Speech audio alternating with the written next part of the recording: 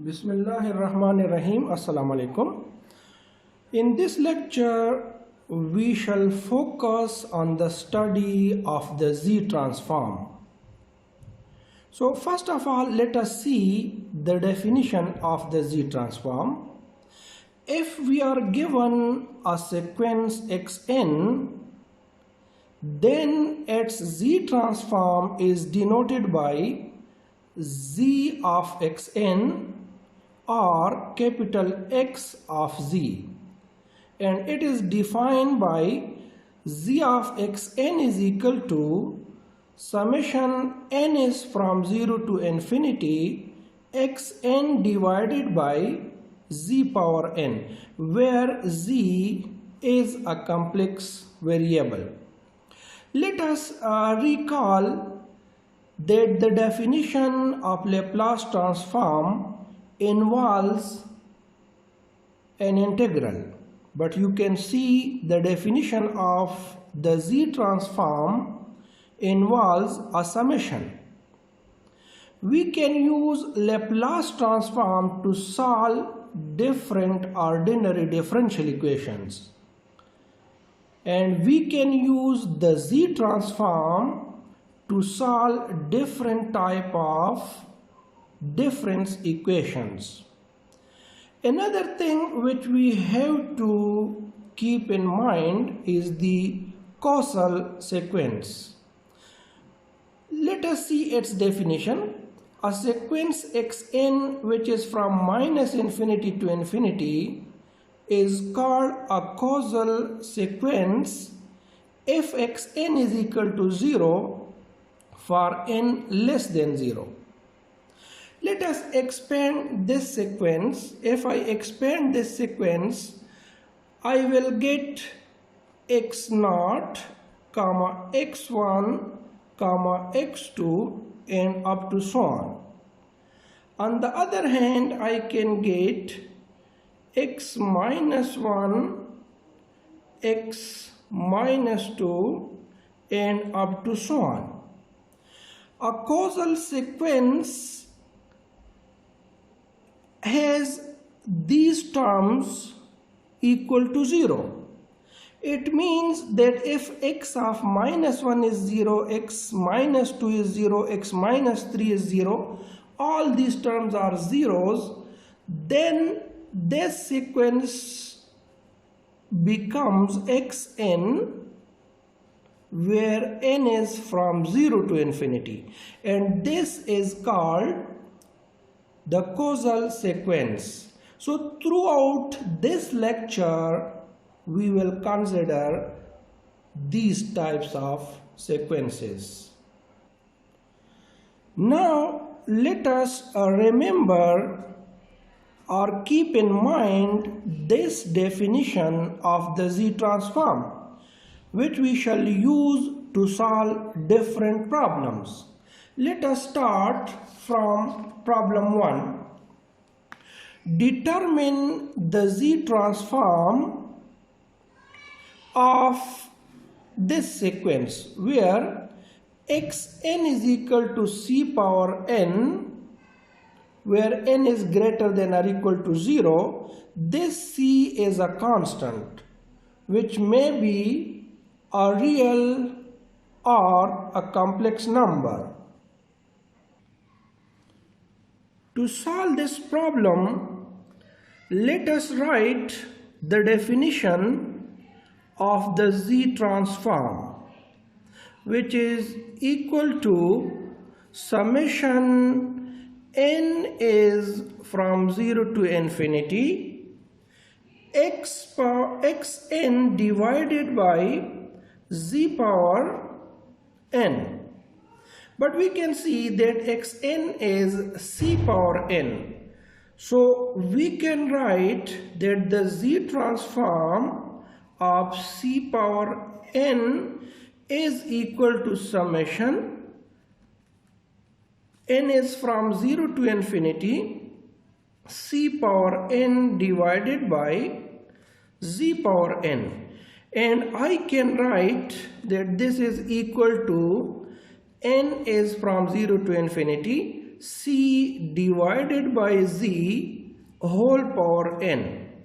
If I expand, I can get that the z transform of c power n is equal to, let us put n is equal to 0, we can get 1. If I put z is equal to 1, we can get c divided by z plus c divided by z whole square and plus c divided by z whole cube and plus up to so on. Now let us recall the geometric series.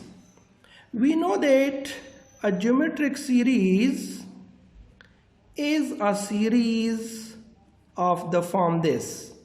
If I put the values, I can get a plus ar plus ar square and plus up to so on.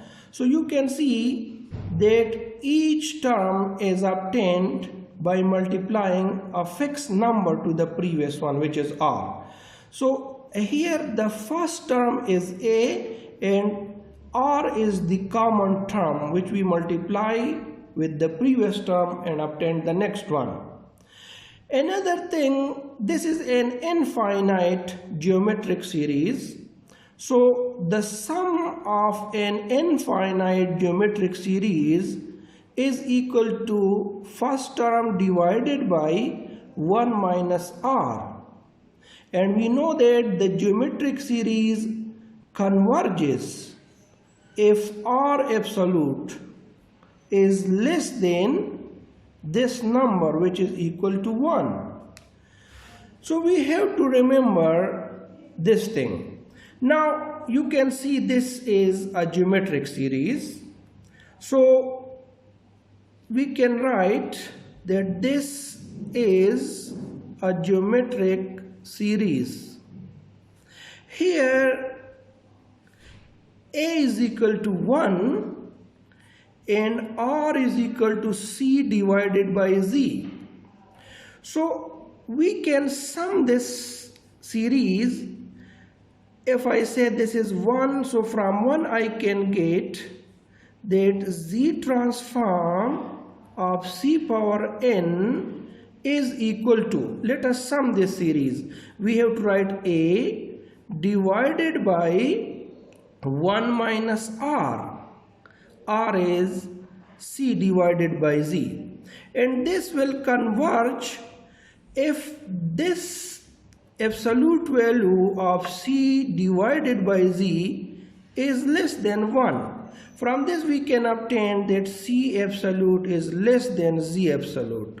Or we can also write that z absolute is greater than c absolute. So if I simplify this, I will get that z transform of c power n is equal to z divided by z minus c, and this is the required z transform of the sequence c power n. So you can see that the original sequence was a sequence of x, but its transform is another sequence, another function, which is function of z. We can write that if xn is equal to c power n, then the z transform of cn is equal to z divided by z minus c, and this is called z transform pair.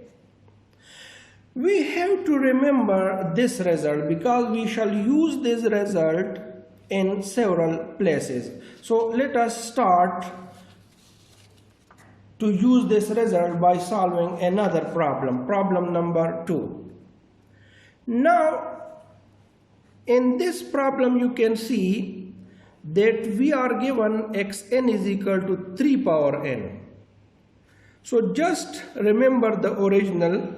If Zn is equal to c power n, then the z transform of Cn is equal to, just we have written that this is z divided by z minus c, where the condition is that z must be greater than c absolute. So now here you can see that c is equal to 3.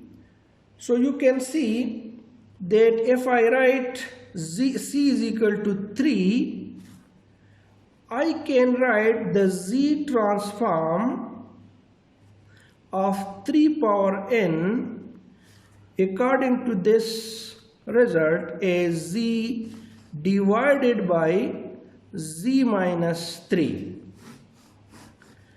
under the condition that z absolute is greater than 3. Let us solve problem number 3. Again, you can see that in this question c is equal to minus 1 over 3.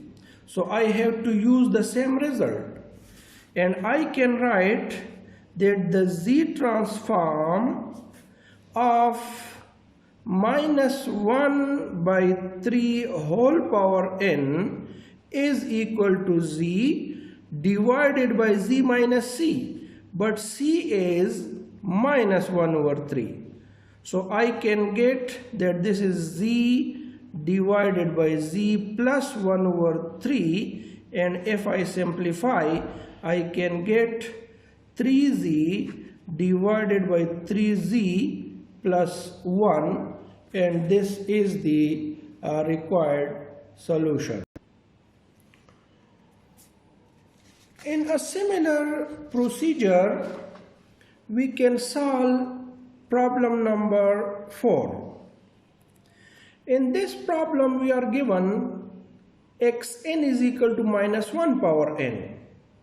So you can see that here c is equal to minus 1. Again, using the same procedure, z transform of minus 1 power n is equal to z divided by z minus c, and c is minus 1. So we can write that this is given by z over z plus 1. The condition is that z must be greater than 1. In another problem, let us see problem number 5. We can use the same result again here. You can see here c is equal to e power minus 1. So again we can use the same result. The result is that z transform of c power n is equal to z over z minus c. So let us find the z transform of e power minus n. This is equal to z divided by z minus c, and c is e power minus 1. Condition is that z must be greater than e power minus 1. Let us see problem number 6. In this problem you can see here alpha is a constant. So c here, c is e power minus alpha. Again we can use the same result, and the z transform of e power minus alpha n is equal to z divided by z minus c, and c is e power minus alpha. The condition is that z absolute must be greater than e power minus alpha. Problem number 7. Find the z transform of the unit impulse sequence or delta sequence given by delta n is equal to 1 if n is 0 and 0 otherwise. So to solve this problem, let us write the definition of the Z transform of a sequence xn, which is equal to summation n is from 0 to infinity xn divided by z power n.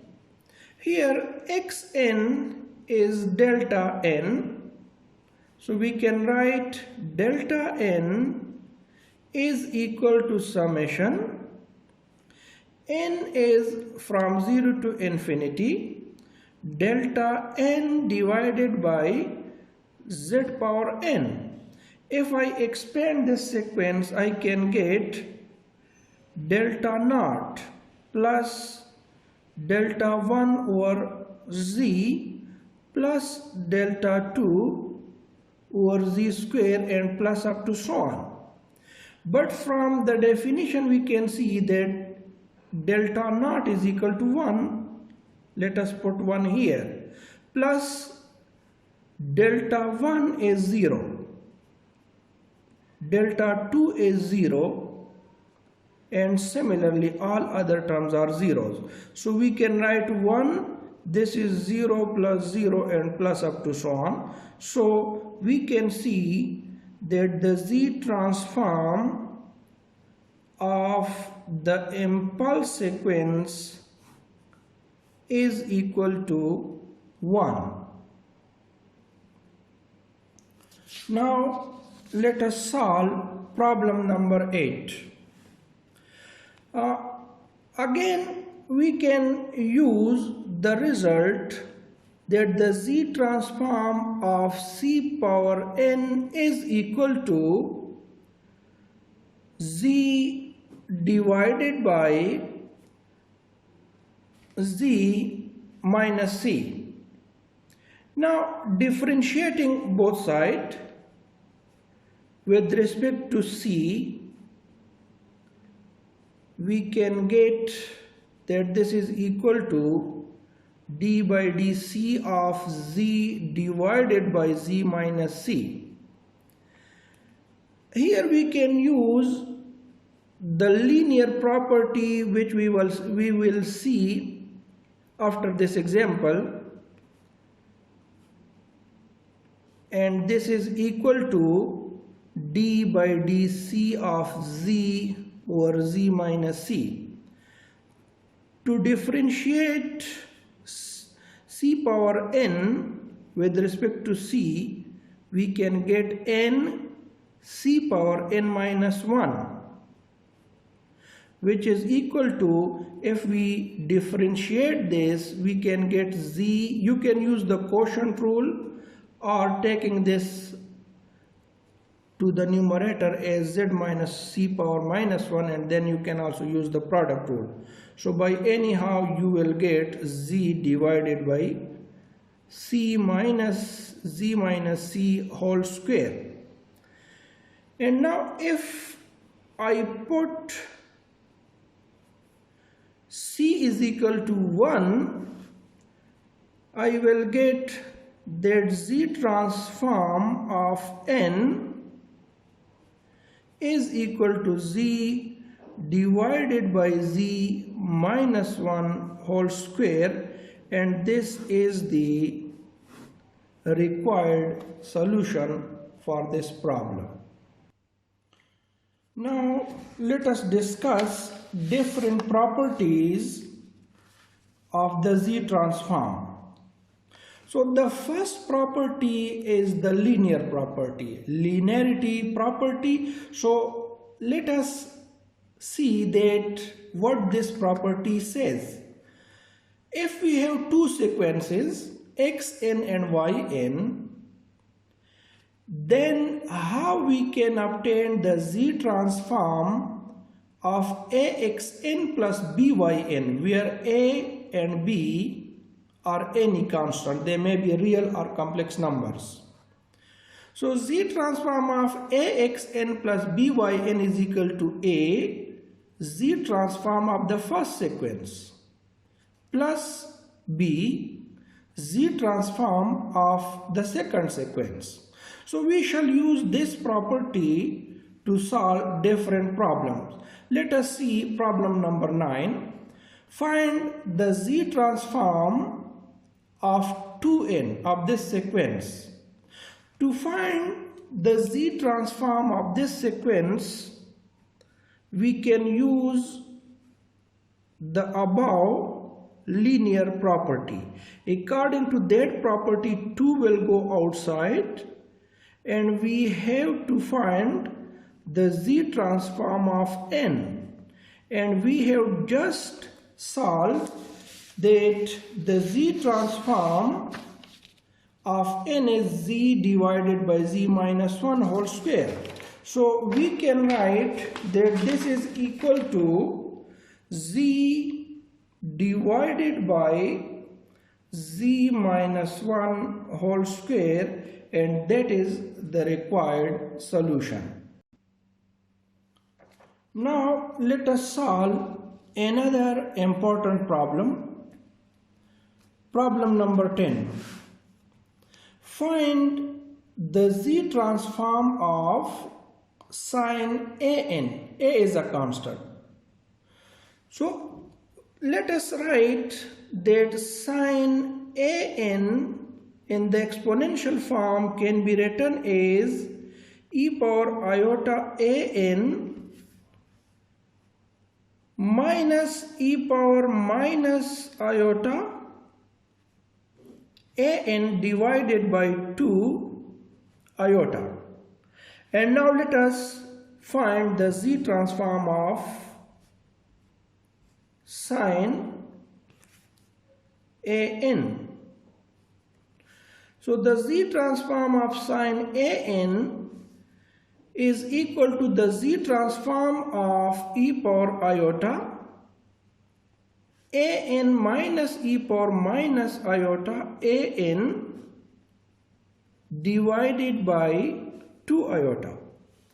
Now we have to use the linearity property, and according to that property we can write this is equal to 1 over 2 iota Z transform of e power iota AN minus 1 over 2 iota and Z transform of e power minus iota AN. Now we can use the previous result, that Z transform of C power n. So here C is e power iota A.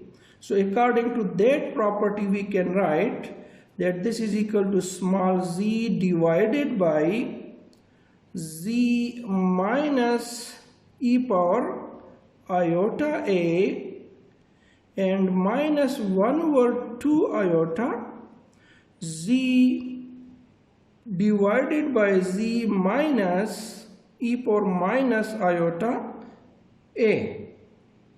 And now if I take Z over 1 over 2 iota as common, I can get Z over 2 iota into 1 over Z minus e power iota A minus 1 over Z minus e power minus iota A. And now let us take the LCM and simplify this. So if I take the LCM, I can get that this is equal to Z over 2 iota, and the LCM will be Z minus e power iota A into Z minus e power minus iota A. So here I can get Z minus e power minus iota A minus Z plus e power iota A. Now you can see that these two terms will be cancelled. So I can write Z over 2 iota, but let us see this thing. I can write this e power iota A minus e power minus iota A, and this 2 iota will go here, and whole divided by, if I multiply these two terms, I can get z square minus z into e power iota a plus e power minus iota a plus 1. And now if I put the values, so you can see that the first one is equal to sine A divided by z square minus z, and this is equal to 2 cos A plus 1, and this is the required solution. So the z transform of sine AN is equal to this thing.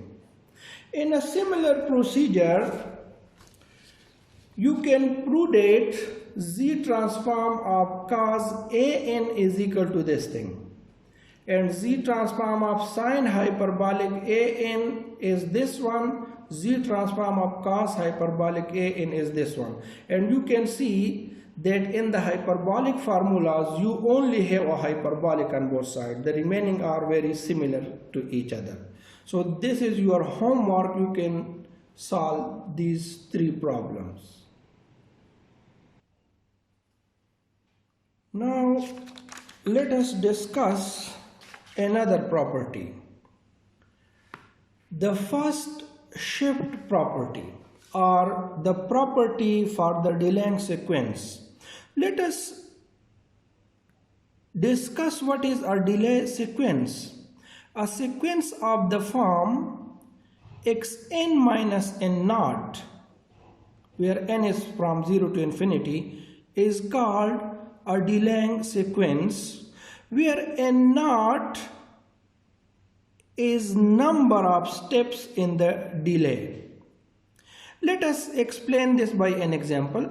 If this n naught is equal to 1, then we have xn minus 1, n is from 0 to infinity. If I put 0 here, I will get x minus 1.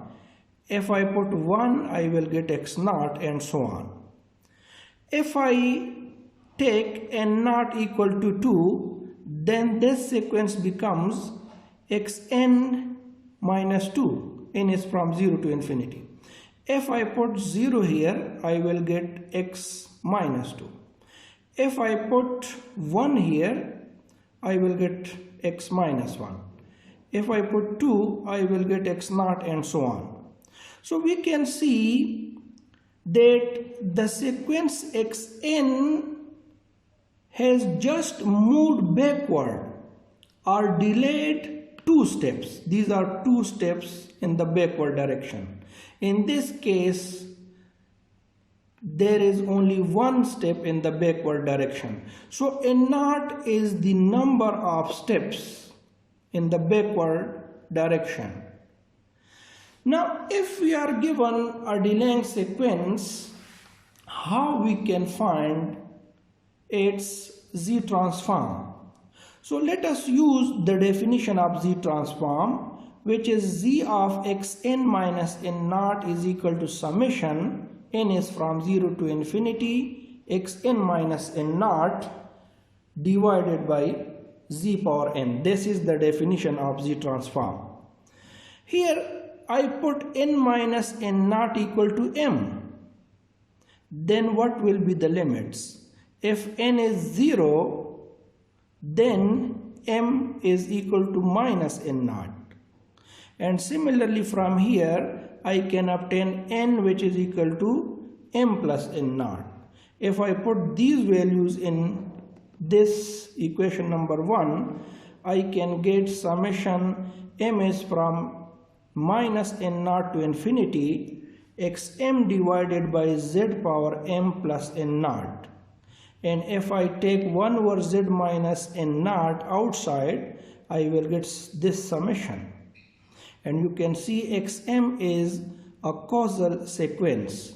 So we can write that Z transform of xn minus n naught is equal to 1 over z power n naught summation m is from 0 to infinity xm divided by z power n. So now let us straightforward define the first shift property. So just ignore these things if you can understand the basic concept, and let us define the first shift property. The Z transform of xn minus n naught is equal to 1 over z power this n naught Zn into Z transform of xn, and we know that Z transform of xn is defined by this thing. So we can use this definition to solve different problems. For example, let us see this problem number 11. Determine the Z transform of the shifted sequence xn minus 2, where the causal sequence is given by 1 over 2 power n. To solve this problem, we shall use this definition. So let us write the definition. According to the definition, the Z transform of xn minus n naught is equal to 1 over z power n naught Z transform of xn. Now we can see that xn minus 2. So here I can write Z transform. From this I can obtain the Z transform of n minus 2. So n naught is 2. I will write Z power 2 and Z transform of xn. But xn in this case is given 1 over z square. In the question xn is 1 over 2 power n. So I have to obtain Z transform of 1 over 2 power n. Again I can use the same result, that Z transform of c power n is equal to z divided by z minus c. Here c is 1 over 2. So I can write this is equal to 1 over z square into c divided by z minus the value of c, which is 1 over 2. Condition is that z absolute is greater than 1 over 2. And if I simplify this, I will get 1 over z square into 2z divided by 2z minus 1. And if I simplify a little more, I can get 2 divided by z into 2z minus 1. And this is the required solution.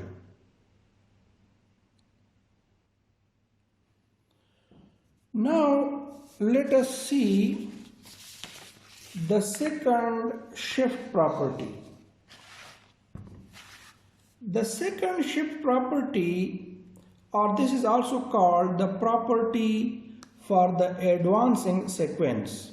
In the previous sequence, we have xn minus n naught, but in the advancing sequence, we will have xn plus n naught.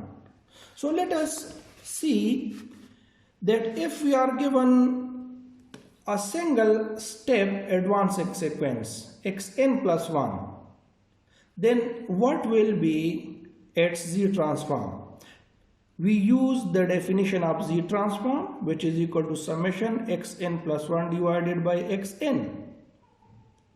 Now just divide and multiply by z, it will become Zn plus 1 and z will come here. Now in this sequence, let us put n plus 1 is equal to m. So what will be the limits? If n is 0, m will start from 1. So using these substitution in this sequence, we get that the z transform of xn plus 1 is equal to z summation. Now the limits are from m is from 1 to infinity. Xm divided by z power m. And now let us write add x naught and subtract x naught with this sequence. So if I add and subtract this, you can see from these two terms I can get summation m is from 0 to infinity xm over z power m minus x naught. If I put m is equal to 0, I will get this term. M is equal to 1 to infinity is this term. Now you can see this is the z transform of xm. So if I multiply this z inside, I will get z transform of xm minus z x naught. So this is the first result, that z transform of xn plus 1 is equal to z transform of xn minus z x naught. Now let us take two steps. Xn plus 2 is two-step advancing sequence. Then what will be its z transform? Its z transform will be z square z transform of xn minus z square x naught minus z x1. Similarly, z transform of xn plus 3, we have to multiply this with z. So this will become z power 3, this term, minus z3, this one, minus this will become z square x1 and another term minus z x2. Similarly, if we proceed in the similar way, we can get a general formula that z transform of xn plus n naught is equal to z power n naught z of xn minus summation z power n naught minus k, where k is from 0 to n naught minus 1 into xk here. Now let us see some more properties.